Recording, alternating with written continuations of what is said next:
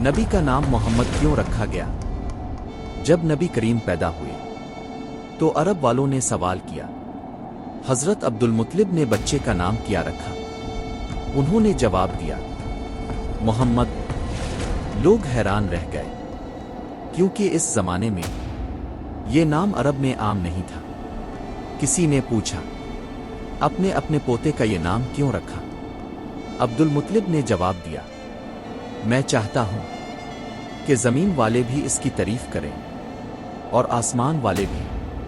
اور واقعی آج دنیا میں کروڑوں لوگ روزانہ محمد کا نام محبت سے لیتے ہیں۔